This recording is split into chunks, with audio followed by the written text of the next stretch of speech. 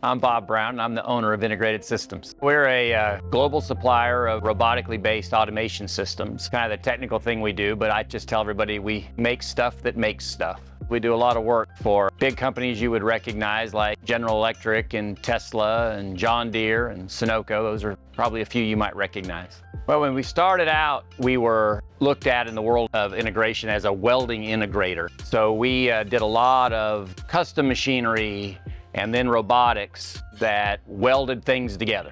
We've done a lot of different car parts, industrial parts, MRI magnets, that kind of stuff. Then over the years, we started migrating. Once we got into robotics, we found out that we also had an aptitude to do other things with robotics. So we got into material handling and packing and palletizing and all those other things. So it's just kind of been one project after another that there's enough core competency from one that you have enough confidence to take the risk of the next one. So when I was about 14, I started making things in the garage. One of the things I first started making was signs with people's last names on them that they like to hang outside on their decks and porches and stuff like that. So you could buy a sign. I charged $11 for the sign as a base cost and $1.50 a letter. And my grandmother would sell them and then I'd make them. Then she came to me and said, hey, I think people would buy picnic tables. You think you can build picnic tables? And I said, yeah, I think I can build them. So I made a round one and a rectangle one and we put them up and they started selling.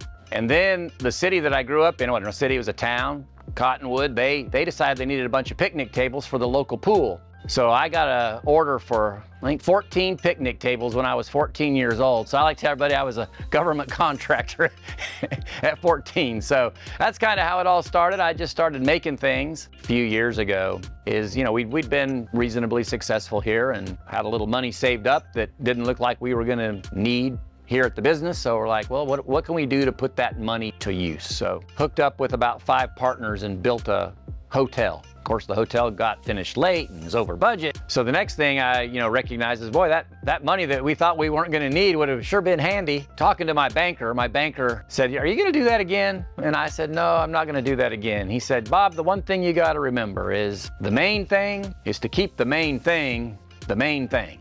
We get invited into plants for 3 really good reasons. We do things that are dull, dirty, or dangerous. So on the dull side, any kind of repetitive, mind-numbing task, I think one could argue that removing people from that and allowing them to better use their talents is a good thing. So that's one of the things we do. Certainly removing people from dangerous situations is another thing that we do. There's been a shortage of skilled labor in the United States especially. Technical education in a lot of ways has fallen out of favor. So as that's happened, we've been replacing the unavailable skilled labor, and welding is a really good example. People quit wanting to be welders decades ago. But now we're at a point where it's getting more and more difficult, especially with the pandemic, to find people to do just about any task. Why companies call us is changing a little bit. It's actually starting to get to the point where instead of trying to come in and add efficiency to their operation, it's like you're not going to make this product if you don't automate it because you can't get the labor to do it.